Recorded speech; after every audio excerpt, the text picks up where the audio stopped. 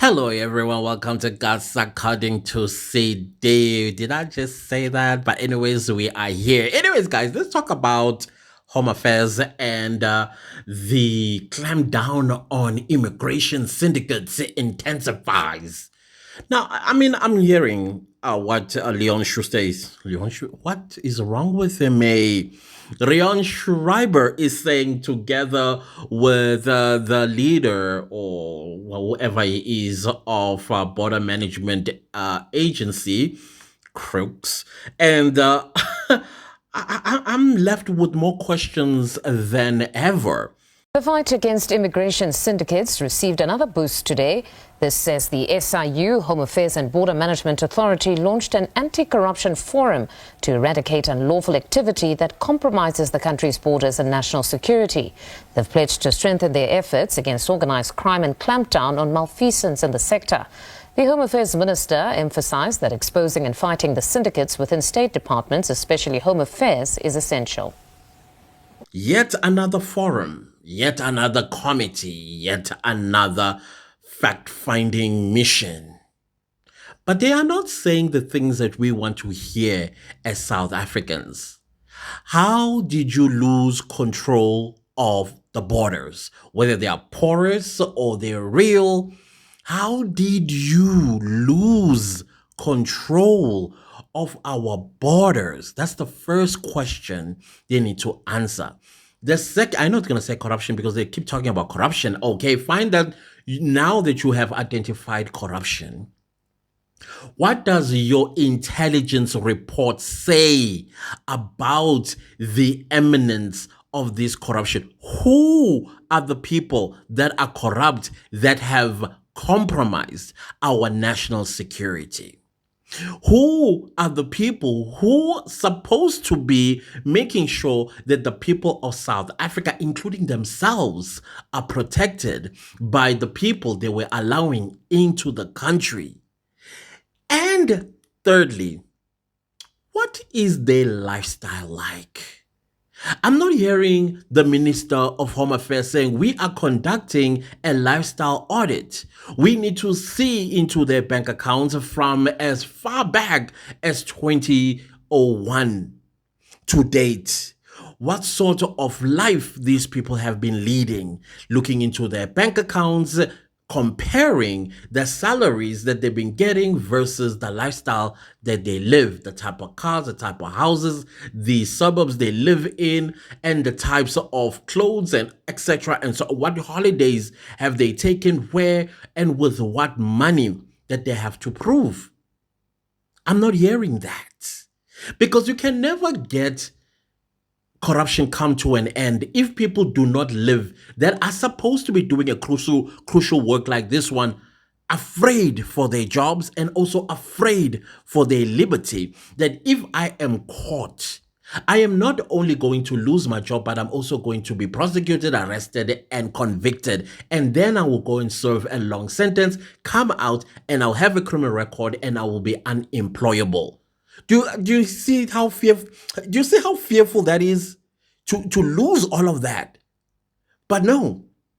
Now I want to know, what is their intelligence report say about this corruption that started? What is the South African intelligence services themselves saying about this corruption? I'm not hearing that. You are just formulating a forum that is going to do what? The one that is also might get bribed, the one that is also just going to do nothing, report nothing back to the people of South Africa? And then let's not forget the fourth thing here. Who are these people? Why are they here? When are they leaving? And why now suddenly some of them have South African citizenship? How legit is their South African citizenship? And for what purpose did you give them that citizenship? And another thing that I'm not hearing from the minister, the foreign nationals that are married to Osbari Makoti, how did they get citizenship? How? I mean, recent story is of Dr. Eliwe and her Nigerian husband, who openly said, hey, I can't divorce this lady because I haven't gotten my South African citizen yet. South African citizenship yet. Did you hear him? Yeah. He ain't divorcing her. He just left her up until the time for him to get citizenship, which I still say South African intelligence should already be on top of him. We had another Nigerian guy posting on social media that Yena, he sells white powder, proudly so, to South Africans. And then you have another Nigerian who is spreading lies, which is, how do you put this? It's treasonous. That number one, you are a foreign national in South Africa spreading lies about our country and the authorities do nothing. You telling me that they can't trace these calls where they are coming from and they pay him a visit and say, hey, can you prove all these things? And then if he can't, arrest him for treason and then declare him persona non grata for life. For life. No, I'm not hearing that. How is Home Affairs going to protect South Africa's good name and brand when we have people like that lying on South Africa? I'm not hearing that. How is this forum going to clean our name? Let's talk about BMA, the Border Management Agency. Are you telling me each and every one of those men and women, I don't know them, I am just asking a question here. You know, I was having a conversation with somebody who says, I mean, even did the calculations for me and said, do you know that the population of South Africa, the real population of South Africa is 49.5 million people? I said, I believe that. For me, I was more on the 51 million. Says, no, it's 49.5 million.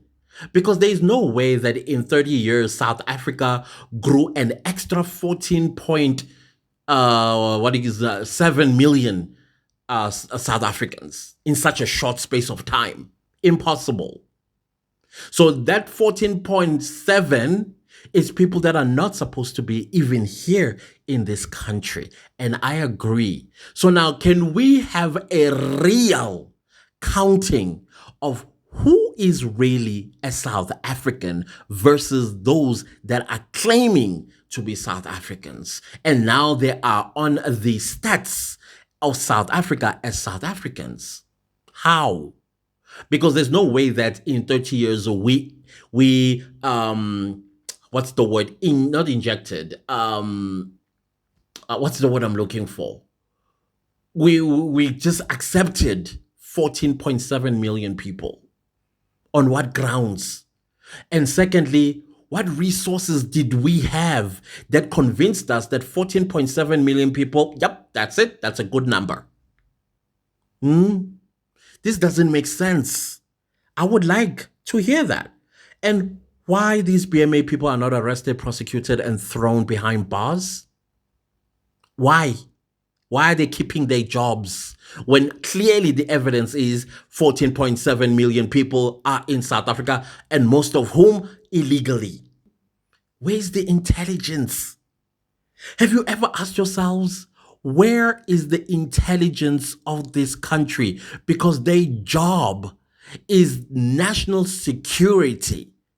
It's to protect the borders and also the shores of South Africa. But people brazenly, like the video I showed you earlier of the Zimbabwean man sneaking in his nephew into South Africa. Where was the intelligence? He posted that video. So that means this boy, once he successfully comes onto this side, some boy who is a South African, born of South African parents, his identity is going to get stolen. The birth certificate, and will be given to this boy who was just crossed over by his uncle at Beitbridge.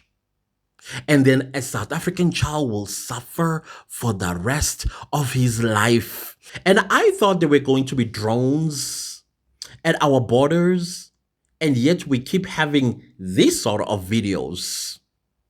Where are the drones, sir? So that means the BMA, they are still not working, probably still taking bribes. Because what else could have gotten 14.7 million people into South Africa? How many are there? We want those stats. Mr. Schreiber, tell us how many Europeans that are in South Africa that are no longer in a legal status. How many Africans? How many Americans? How many South Americans? How many Australians? How many Asians? Or maybe we're not collecting that data and we're running a country. Another forum, guys. Taxpayers' monies are going to another forum.